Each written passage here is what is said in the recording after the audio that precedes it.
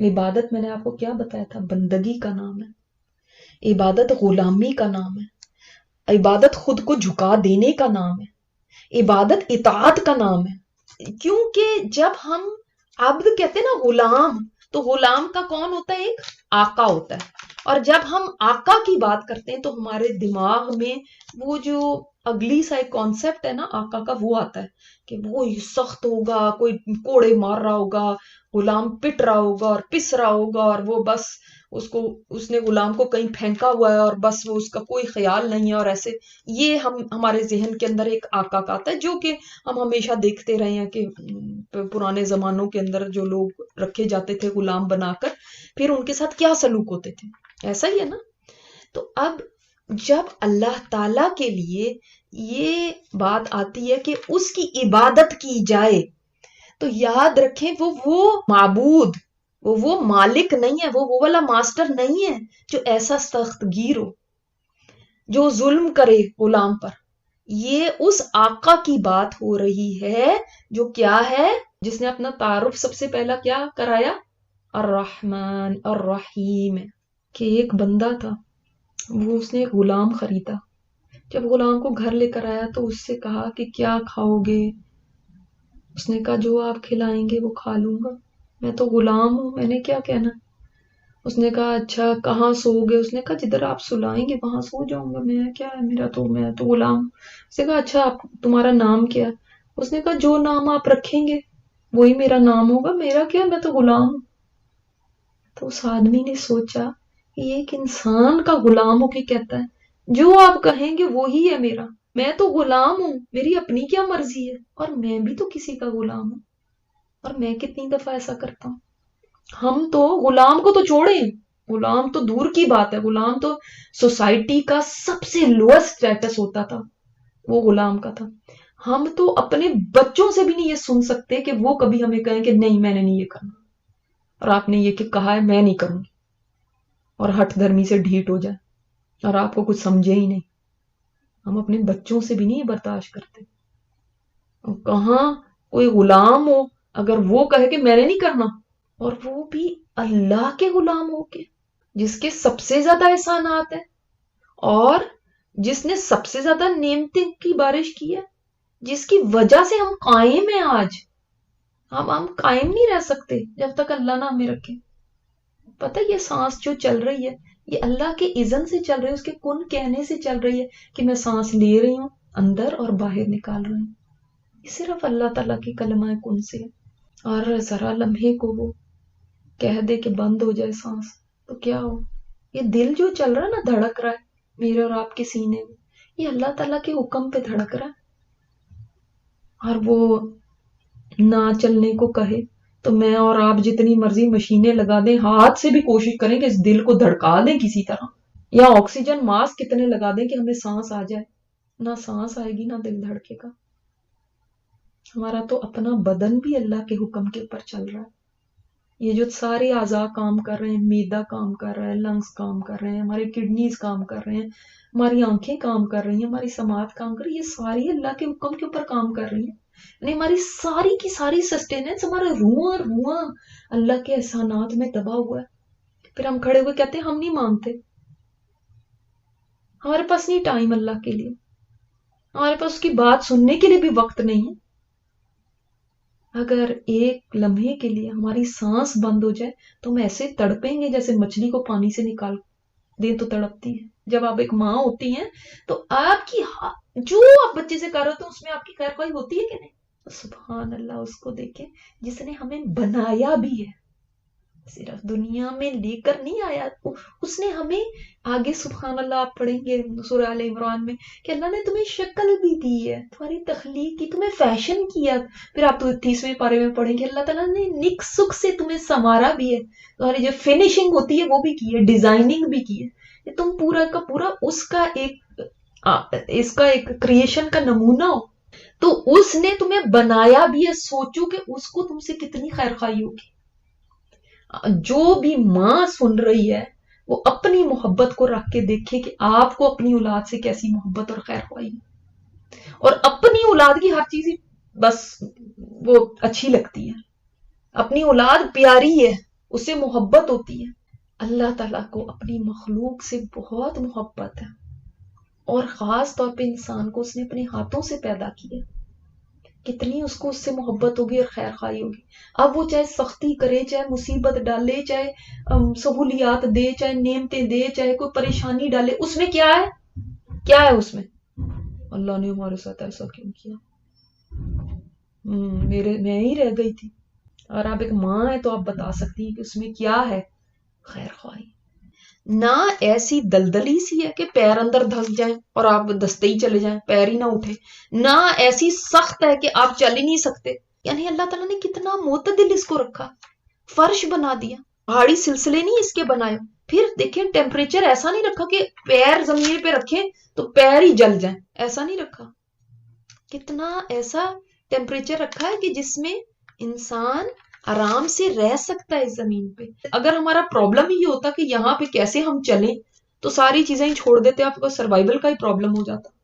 تو اللہ نہیں، دیکھو تم اپنی زمین کی طرف دیکھو کہ کیسی اللہ نے تمہارے لیے بچھائی ہوئی ہے.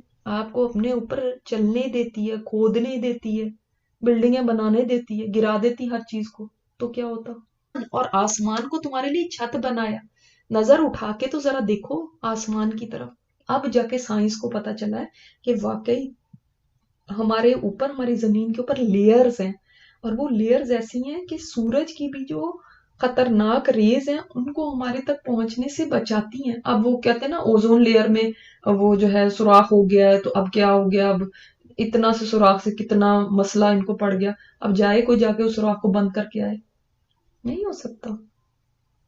آپ دیکھو اللہ تعالیٰ نے کس طرح اس کو محفوظ بنایا زمین کو چھت دے کے. ورنہ اس کائنات میں کتنے اور چٹانیں ہیں، راکس ہیں جو اڑتی پھر رہی ہیں، کوئی آ کے نیچے گر سکتی ہے. کتنے میٹیورز ہیں، کتنے اور پلانٹس ہیں، کتنی اور چیزیں ہیں، کوئی بھی آ کے گر سکتی تھی اس کے اوپر. لیکن اللہ تعالیٰ نے اس کو ایک چھت بنا دیا. کوئی بھی ستارہ ٹوٹتا ہے، کوئی چیز ہوتی ہے تو آپ دیکھتے ہیں کہ وہ زمین تک نہیں پہنچنے سے پہلے ہی ختم ہو جاتا. اسی آسمان سے پانی کو اتارا. بارش کتنی بڑی نعمت ہے کہ بارش اگر بند ہو جائے کسی جگہ پر تو آپ دیکھتے ہیں اس جگہ پہ کیسی قحط سالی آ جاتی. اللہ اگر بارشوں کو بند کر دے دنیا میں تو انسان مر جائیں بھوک سے. آپ دیکھیں کتنی آرٹیفیشل رین آپ کر لو مگر وہ بارش کا کام وہ نہیں کر سکتی جو نیچرل رین ہے. آپ دیکھیں افریقہ وغیرہ میں کیوں قحط ہے، وہاں پہ بارشیں نہیں ہوتی، صرف ایک ریزن ہے، کچھ اگتا ہی نہیں. اس کے نتیجے میں جانور مر گئے، انسان بھی مر رہے ہیں. بارش نہیں ہے تو پانی ہی نہیں ہے، پانی ہی نہیں ہے اور سبزہ نہیں ہے اور وہ جانور ہی نہیں ہے. نہ آپ کو کھانے کو کچھ ہے نہ پینے کو کچھ ہے. لیکن پھلوں کا اگانا اس میں اللہ کی نشانی ہے کہ اللہ تعالیٰ نے انسان کے لیے کتنا اہتمام فرمایا. اللہ چاہتا تو اس زمین پر کوئی یہ جیسی آپ کی دوائیوں کی گولیاں ہوتی ہیں نا، اس طرح کی مٹی کی گولیاں ہوتی جن کو پانی سے پھانکتے رہتے، اندر ڈالتے، زندہ تو اس سے بھی رہ جانا تھا. اس میں ہی پروٹین اللہ رکھ دیتا، اسی میں کارب ہوتی، اسی میں سب چیز ہوتی جو بھی ہمیں ضرورت ہے. تو کیا فرق پڑنا تھا، زندہ تو ہم نے تب بھی رہ جانا تھا. لیکن آپ یہ دیکھیں اللہ تعالیٰ نے اتنے خوبصورت پھل، اتنی زبردست پیکنگ، اور مزہ ایسا ہے کہ ہر پھل کا مزہ الگ. تربوز کو دیکھیں اور آم کو دیکھیں، دونوں ہی پھل ہیں لیکن ٹیکسچر میں، کلر میں، شیپ میں، سائز میں، لذت میں، ہر ایک چیز میں ڈیفرنٹ ہے. تو اللہ تعالیٰ نے ایک دو نہیں بے شمار پھل لگائے. کس کے لیے؟ ہمارے لیے. لکم، تمہارے لیے زمین کو فرش بنایا اور تمہارے لیے آسمان کو چھت بنایا، تمہارے لیے آسمان سے پانی بہایا، تمہارے لیے نکالے ثمرات رزقن. کس کے لیے؟ تمہارے لیے. تم اللہ کی اسپیشل کوئی مخلوق ہو جس کے لیے اللہ نے یہ پھل نکالے. اٹ سیلف پیارے ہیں، اور سبحان اللہ جہاں لگتے ہیں وہ کتنا پیارا سین ہے. اسی لیے تو ہم کسی کا باغ ہو تو دیکھنے جاتے ہیں. کیا وہاں پہ ہوتا ہے، ہمیں دکان پہ مل رہے ہوتے پھل لیکن ہم کبھی ایپل پکنگ، کبھی پیچ پکنگ، کبھی بیری پکنگ کے لیے جاتے ہیں. کیوں؟ وہ نظارے کو ہی آپ دیکھتے ہیں تو کتنا خوبصورت ہوتا ہے، کیسے لٹکے ہوتے ہیں اور کس سے نکلے ہیں، ایک مٹی سے ہی تو نکلے. اسی مٹی سے کیلا نکل رہا ہے، اسی سے سیب نکل رہا ہے، اسی سے آم نکل رہا ہے، اسی سے تربوز نکل رہا ہے، اور مٹی کا ذرا بھی ذائقہ نہیں ہے اندر. سبحان اللہ. تو دیکھتے نہیں کہ اللہ نے تمہارے لیے، ہم کتنی دفعہ پھل کھاتے ہیں، کبھی یہ سوچتے ہیں اللہ تو نے کیسے بنایا، اللہ تو نے رنگ کیسے دیا، براؤن مٹی اور سرخ رنگ، باہر سے گرین اندر سے ریڈ، کوئی پیلا، کوئی کلر کا، تو نے کیسے یہ بنائے ہمارے لیے. اور دیکھو اگایا ایسے نہیں کہ کسی گندے نالے میں گندے پڑے ہوں، اب آپ نکال کے لاتے اور دھوتے، کسی غار کے اندر چھپے ہوئے، درختوں پہ لٹکے ہوئے، بیوٹی، آنکھوں کے لیے بھی جو بیوٹی دیتے ہیں، ایستھیٹک سینس کو بھی سیٹسفائی کرتے ہیں. نہ اس نے تمہیں پیدا کرتے ہوئے کسی کی ہیلپ لی کہ کوئی آ کے اس کی ہیلپ کر کے تم جا کے اس کا شکریہ کر رہے ہو، اس کے آگے ماتھے ٹیک رہے ہو. نہ اس نے تمہارے آباء و اجداد کو بنانے میں کسی کی ہیلپ لی، نہ اس کو زمین کو بچھانے میں کوئی وہ جو اس کا شریک رہا ہو، نہ آسمان کو بنانے میں، نہ بارش کرنے میں، نہ یہ اگانے میں. پھر تم کیوں اس کے برابر کسی کو شریک کر لیتے ہو؟ کیوں ایسے کرتے ہو کہ پیدا تمہیں اللہ کرے اور تم ماتھے جا کے ٹیکو کسی قبر کے آگے؟ کیوں ایسا کرتے ہو کہ تمہیں ضرورتیں تمہاری اللہ پوری کرے، کھلائے پلائے تمہیں اللہ، اور چڑھاوے تم جا کے مزاروں پہ چڑھاؤ؟ کیوں ایسے ہوتا ہے کہ تمہیں کوئی ضرورت پڑے تو دیگیں تم جا کے بزرگوں کے نام کی دو؟ یہ کیوں ہوتا ہے؟ ند، اللہ کے ساتھ کوئی شریک نہ کرو. شرک اتنا بڑا گناہ ہے. ایک صحابی نے پوچھا سب سے بڑا گناہ کیا ہے؟ آپ صلی اللہ علیہ وسلم نے فرمایا ان تجعلوا للہ ندا وہو خلق، کہ تم اللہ کے ساتھ ند بنا دو جبکہ اس نے تمہیں پیدا کیا ہے. سوچو تو صحیح، اس نے تمہیں پیدا کیا اور تم اس کے ساتھ جا کے شریک کر لو، اس کے ساتھ جا کے کوئی کھڑا کر لو کہ ہاں اللہ تو مجھے دیتا نہیں ہے، میں تو بڑے دن سے دعائیں کر رہی تھی.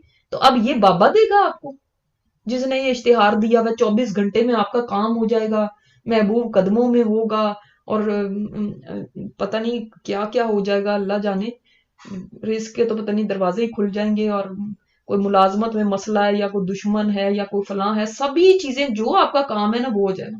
تو پہلے ہم نے اللہ سے دعائیں کی، پھر ہم نے کہا اللہ تو دیتا نہیں ہے، چلو اب اس کے پاس چلتے ہیں، تو آپ نے ند نہیں قرار دے دیا اس کو. اب یہ جو ہیں یہ بہت پہنچے ہوئے ہیں، ان بزرگ کے پاس جائیں گے تو پھر ہمارے کام ہوں گے. تو ان کو تو شریک کر لیا نا اللہ کا، ان کو بھی اللہ کے برابر ٹھہرا لیا نا، اللہ کے کمپیٹیٹر بنا دیا نا. یہی ند ہوتا ہے. اور بھی ایک چیز ہوتا ہے شریک کرنا، جو شاید پتہ نہیں آپ نے پہلے کبھی سنا ہو یا نہیں. ٹھیک ہے، ان میں تو شرک ہوتا ہی ہے، ان میں تو ہے ہی شرک ایسے کرنا. لوگوں میں سے کچھ ایسے ہیں جو اللہ کے سوا اور ند بناتے، یہی لفظ وہاں پہ بھی آیا، انداد بناتے. کیسے؟ وہ ان سے ایسی محبت کرتے ہیں، اتنی ٹوٹ کے محبت کرتے ہیں جیسے اللہ سے ہونی چاہیے. اللہ کو اس پہ بھی غیرت آتی ہے کہ تم اللہ کو چھوڑ کے اوروں کے پاس ان سے محبت کرو، چاہے وہ کوئی بھی ہو، چاہے وہ کوئی بھی ہو، چاہے کوئی محبوب ہے، چاہے کوئی اولاد ہے، چاہے شوہر ہے. محبت کرنا یہ اللہ کو گوارا نہیں ہے. بعض مفسرین نے لکھا ہے کہ ابراہیم علیہ السلام کو جب اللہ تعالیٰ نے اسماعیل علیہ السلام عطا کیے تھے تو ابراہیم علیہ السلام کا دل ان کی طرف بہت محبت سے یعنی ان کے لیے تھا. تو اللہ تعالیٰ نے آزما لیا پھر ابراہیم علیہ السلام کو کہ ابراہیم اب اس کو ذبح کر کے دکھا، پتہ چلے کہ اپنی محبت کا امتحان دو کہ اللہ سے محبت زیادہ ہے کہ بیٹے سے زیادہ.